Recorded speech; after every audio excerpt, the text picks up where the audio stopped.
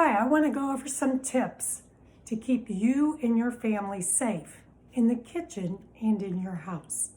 So I just did a Serv Safe manager course, and I thought about how that connects a commercial kitchen to your own kitchen. And some of the things that are just sort of basic are just good hygiene.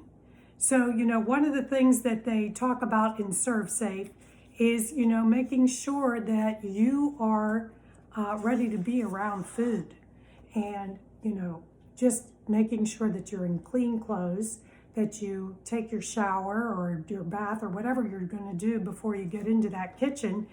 And remember that your morning fuel comes from your refrigerator and all that good produce that you can keep in your refrigerator. So one of the best things for you to do is to be able to be around your food that is clean and healthy. So the next step, is always about hand washing. And when you think about even the hospital, all doctors are taught, surgeons are taught to wash their hands properly. So you want to do the same thing around your food. So, hand washing 101. You want to make sure that you're really cleaning your hands and that you're washing all the bad things off before you touch your food. Now, there is also, there's hygiene around cleaning your food, but when it comes to washing your hands, you want to remember too, I am in a small little space. And I know a lot of people in dorms are in small spaces. And sometimes we're touching more than one thing at one time. Sometimes you're touching your devices, you're touching, maybe you have a pet and you're touching your pet's, belongings or your pet's dishes or the dog food, or, sometimes we cross-contaminate with things that we're just used to being around. So and always remember that when you wash your hands in the bathroom, you should have a good way of, reusing, not reusing a towel, but getting new towels. And sometimes it's just best to have, throwaway towels. It's not a good idea to wash your hands in your restroom and then walk into the kitchen and dry your hands, or wash your hands, or go from the bathroom to the kitchen to wash your hands. You don't want to do that. Also not a good idea to be like, brushing your teeth in the kitchen sink. So, some of these things we don't even think about because depending on your situation, you just want to be wise about how you're cross-contaminating. So that's another factor that you should really pay attention to, is where your hands are in the process of touching your food. So they talk about temperatures and how to check your temperatures. Now, normally we always just rely on the refrigerator. There are some ways to check your refrigerator to make sure that it's at the proper temperature. It's not a good idea. We've done this in the past with my family, and I have done it in the past, is to keep food in a cooler for long periods of time with ice. Unless that ice is changed on a regular basis, you should really be aware of how long you're keeping that food in a cooler. And if you don't, maintain. Also, there are other things to consider, looking at the type and the age of your refrigerator. What's going on with your refrigerator? Now, I have changed many filters in the refrigerator, and sometimes you really have to keep track of that. Should maybe put it in your phone that a filter needs changed because of the water supply. Sometimes there's water supplies to these things. And not overfilling your refrigerator. If you overfill your refrigerator or your freezer, you can cause not only damage to the food that's in there, but you can cause damage to the actual appliance. So you have to think, because it works harder to keep those foods cold. So that's another thought about thermometers and temperatures. Check your refrigerator. You want it to be at 41 degrees Celsius or lower, but you have to really watch because you don't want it to go to freezing point. And sometimes you can accidentally, if you're pushing food into the back of your refrigerator, you can accidentally touch that thermometer and adjust the settings. They also have, the drawers below to try to keep your produce and everything in a safe temperature. So, think about that. Think about overstocking your refrigerator and how to just be safe about what you're putting in your refrigerator. The other thing is about properly storing food. This was very important to me because I know that I never was taught this as a young girl. And, I did a lot of the cooking in the household. And then I worked at McDonald's, and you follow their protocols there, but you don't always bring it home. So what I learned here was that, and I love the gentleman that taught us this course. He did an excellent job. But you think about grow, anything that grows goes on the top shelf. Anything that swims goes on the second shelf. And you want to keep your fresh meats separate. Your prepared food can go on the top. Your other foods should go on the bottom.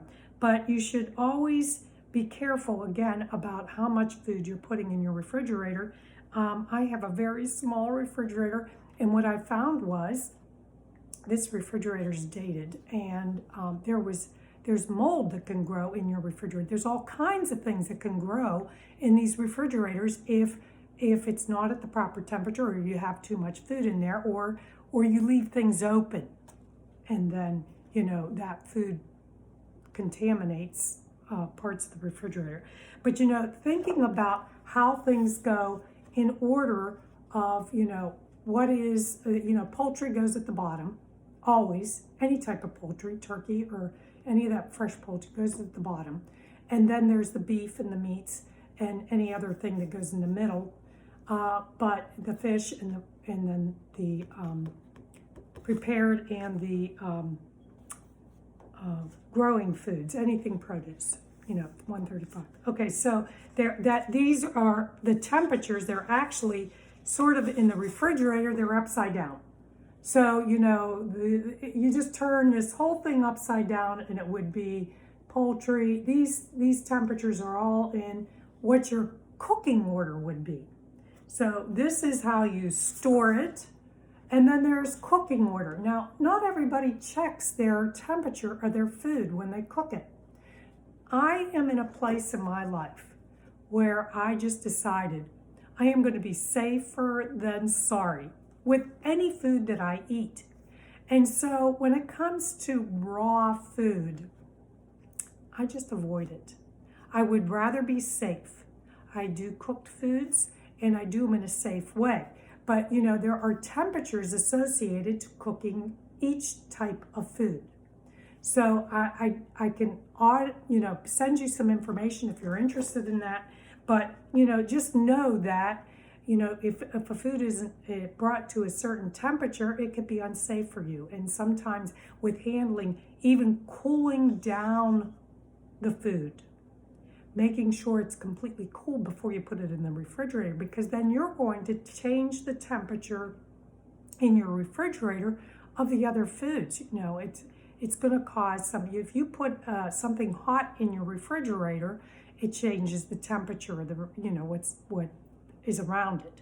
So just keep that in mind also. There's ways to serve food. This is another tip.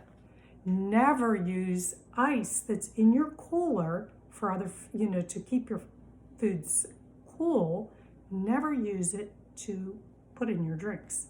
Now, a lot of people already know that, but there's a lot of times when you don't have ice around, and maybe you think, okay, it's safe to just use that ice.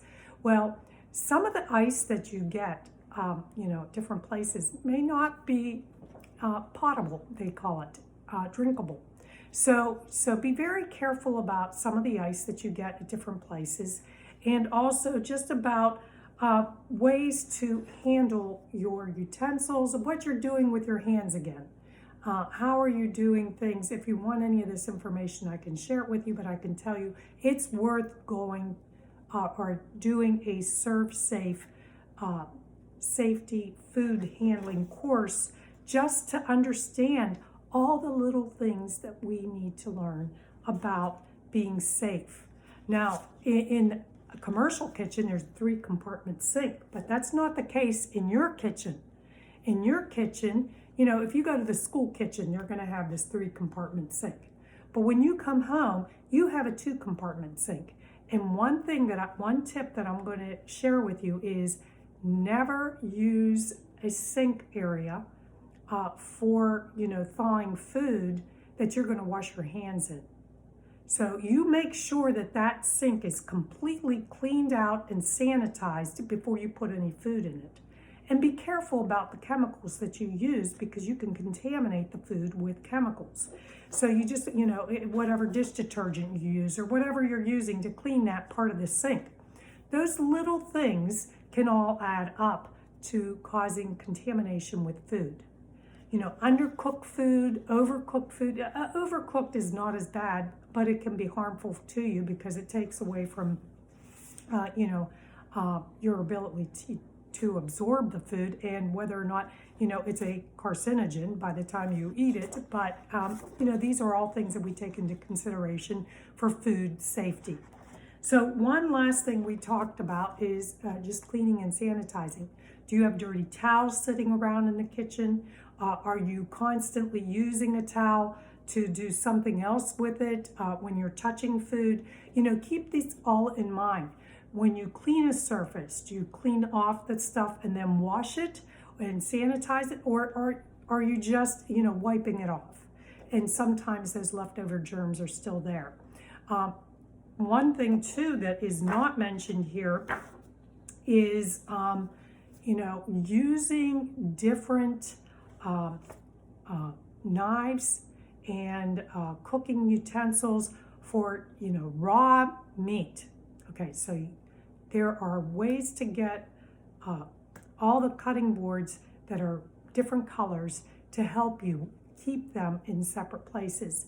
You want to keep the chicken away from the red meat, and you just want to keep nothing near your produce. Make sure your produce is cleaned and, separated, and your raw meats are on a different cutting board with different cutting utensils. Just keep that all separate, because once you start cross-contaminating, you're going to find maybe your family might be getting sick from just cross-contamination of food. Now, some people are allergic to foods, and there are certain proteins and things that can cross-contact. So there's a cross-contact with different foods and things like that. Also, look, here I am, a perfect example of being in the kitchen without a shirt that covers my arms.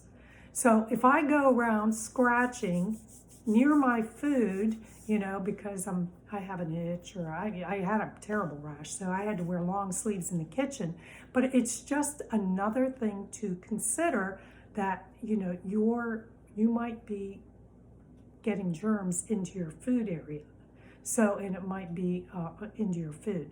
So anything that is contagious on your skin can get into your food, and then it can cause other problems in your refrigerator, and you're just it's a big cycle. So remember to consider how you're cleaning your kitchen, how often you're cleaning your kitchen, what you're touching when you're in your kitchen, what you're touching before you go into your kitchen. It's all about kitchen hygiene.